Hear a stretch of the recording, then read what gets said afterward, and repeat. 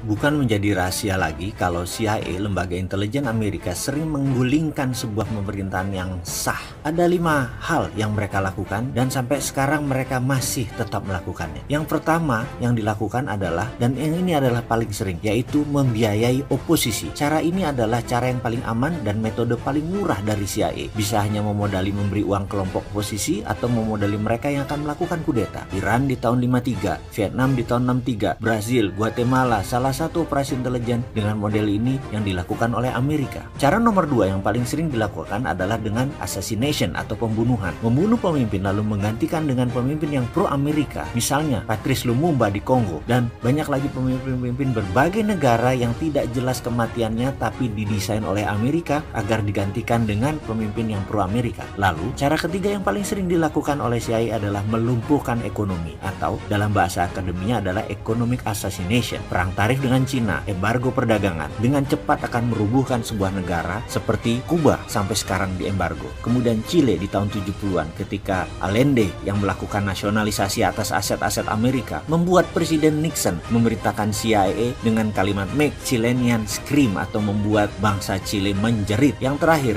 Pinochet mengkudeta Allende. 2 hal itu dilakukan di sana. Tekanan secara ekonomi lalu mendukung kudeta oposisi. Lalu saat ini misalnya serangan mata uang lira di Turki yang menjatuhkan 40% nilai Turki dalam setahun terakhir dan membuat banyak investasi keluar dari Turki. Kemudian juga Venezuela diserang dengan economic hitman sehingga inflasinya lebih dari 1000%. Indonesia di tahun 1997 adalah bagian dari economic assassination untuk merubuhkan rezim Soeharto. Kemudian saat ini yang paling sering dipakai adalah nomor 4, yaitu pengambil alihan kendali atas media. CIA akan membeli koran, membeli TV, membeli radio untuk merubah opini publik dan melakukan kampanye anti penguasa yang anti Amerika. Di Italia, CIA pernah membeli koran Rome Daily American agar Italia tidak jatuh ke tangan komunis. Namun sekarang petinggi CIA pernah berkata lebih gampang membeli wartawan dan redakturnya daripada membeli koran atau media. Karena itu, banyak sekali sekarang foreign jurnalis yang dibayar oleh CIA, dan di media warfare ini kuncinya adalah kendali informasi, di mana sekarang meluas ke internet dan medsos dengan analitik strateginya. Terakhir adalah membangun kepanikan atau menciptakan chaos, menciptakan ketegangan sosial. Seringnya ada demo atau street protest, itu adalah bagian menciptakan kekacauan atau chaos. Turun ke jalan berdemo adalah CIA style sekali. Coba lihat, coba ingat-ingat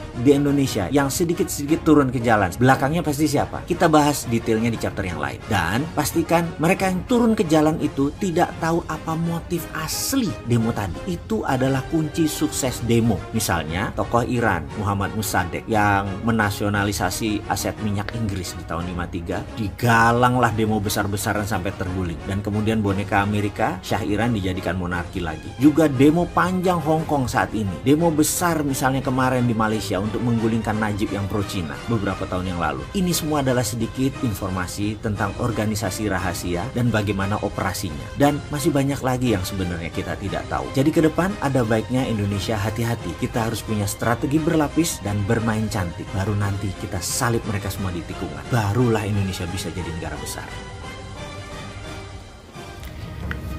Di tahun 2014, di Ukraina terjadi sebuah kudeta yang dibangun dengan gerakan rakyat penentang pemerintahan Yanukovych, persis seperti gerakan rakyat menggulingkan Soeharto di tahun 1998 dengan memainkan parlemen, MPR, dan DPR, di mana parlemen Ukraina yang dikuasai oposisi melakukan keputusan yaitu memberhentikan Presiden Yanukovych yang pro-Moskow pada hari Sabtu 22 Februari 2014. Parlemen juga memutuskan untuk menggelar pemilihan umum yang dipercepat pada tanggal 25 Mei. Ketika itu, Yanukovych mengatakan pihaknya menolak keputusan parlemen tersebut. Dalam pidato di televisi, sebelum parlemen menggelar pertemuan, Yanukovych mengatakan dirinya tidak akan mengundurkan diri dan menggambarkan langkah lawan-lawan politiknya tersebut sebagai vandalisme, aksi bandit, dan kudeta. Yanukovych juga mengatakan tindakan parlemen memilih ketua yang baru adalah melanggar hukum. Demikian juga dengan keputusan parlemen untuk membebaskan pemimpin oposisi dari penjara, Yulia Tymoshenko, yang juga melanggar hukum. Timoshenko adalah pemimpin gerakan rakyat di lapangan kemerdekaan di ibu kota Kiev di November 2013 yang menjadi pusat aksi menentang pemerintahan pimpinan Yanukovych. Aksi protes diwarnai bentrok dengan aparat keamanan tersebut menewaskan banyak orang. Setidaknya 77 orang tewas. Ukraina dililit krisis politik sejak Yanukovych menolak perjanjian dagang dengan Uni Eropa dan memilih hubungannya lebih erat dengan pemerintahan Moskow. Disinilah informasi kuncinya. Ukraina di bawah Yanukovych memilih ke Moskow yang didesain jatuhnya oleh Amerika dan NATO. Setidaknya itulah yang dikatakan Putin. Di mana NATO pada ujung-ujungnya setelah mengambil Ukraina adalah menjatuhkan Putin dan Rusia. Strategi membuat kekacauan, menggiring berita di media, menggerakkan massa anti Yanukovych, kemudian membuat kudeta di parlemen dengan mengganti mereka yang pro barat memang permainan yang dunia semua tahu. Oleh CIA itu biasa dilakukan. Selepas Yanukovych dipecat, Ukraina masih tegang. Bahkan wilayah Crimea disebut-sebut ingin melepaskan diri. Gejolak politik pun terjadi. Di kawasan tersebut menjadi peluang bagi Putin untuk mengambil Crimea tersebut daripada diambil NATO. Rusia mengirim tentara dengan dalih melindungi warganya di Crimea. Sejak Sabtu, 1 Maret 2014, Putin memerintahkan para tentara masuk Crimea, wilayah selatan Ukraina sebagai buffer area jika suatu hari Ukraina jadi dicaplok NATO, termasuk membangun kekuatan milisi di timur Ukraina di wilayah Donbas. Inilah awal kegoncangan panjang selama 8 tahun di Ukraina sejak tahun 2014. Pemilu 2014 di Ukraina dimenangkan Petro Poroshenko yang memiliki sejarah sebagai Menteri Luar Negeri sejak 2009 hingga 2010, Menteri Pembangunan Ekonomi dan Perdagangan hingga 2012, sejak 2007 hingga 2012 dia menjadi Ketua Dewan Bank Nasional Ukraina. Poroshenko masih dianggap belum menjalankan maunya NATO sehingga pemilihan presiden di tahun 2019 sejarah baru terjadi. Seorang pelawak komedian dalam serial Pelayan Rakyat yang dibintanginya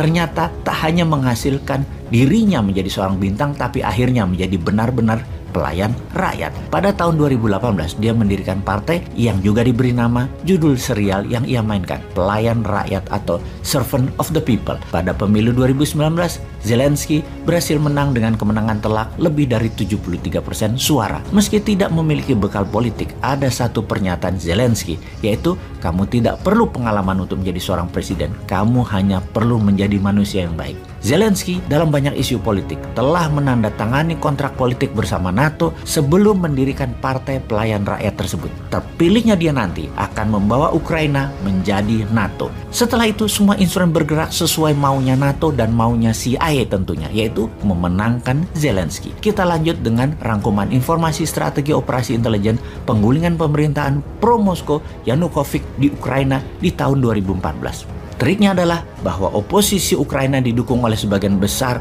Eropa dan Amerika untuk mengambil alih parlemen. Kemudian digoncang mosi tidak percaya, rakyat turun ke jalan dan media satu arah menyerang pemerintahan Yanukovych. Sebagai rencana cadangan, NATO bahkan melatih para nasionalis dan kelompok bersenjata di Ukraina Barat, di Polandia, hingga Lituania agar bukan saja siap mengkudeta secara parlemen, di mana kalau parlemen gagal dikudeta, milisi telah siap mengkudeta bersenjata terhadap Ukraina. Setelah mendapatkan Ukraina secara konstitusi di tahun 2019, dipilihlah tokoh populis untuk menjadi presiden Ukraina yang akan menjadikan Ukraina NATO. Yang kemudian di tahun 2022 ini, Rusia tidak bisa menahan diri lagi untuk melindungi kedaulatan Rusia, mengambil Ukraina sebelum diambil NATO. Kalau Indonesia pelajarannya bagaimana? Sama seperti Timor Timur, pemerintahnya sekarang tidak nurut Indonesia misalnya, tapi lebih condong ke Australia.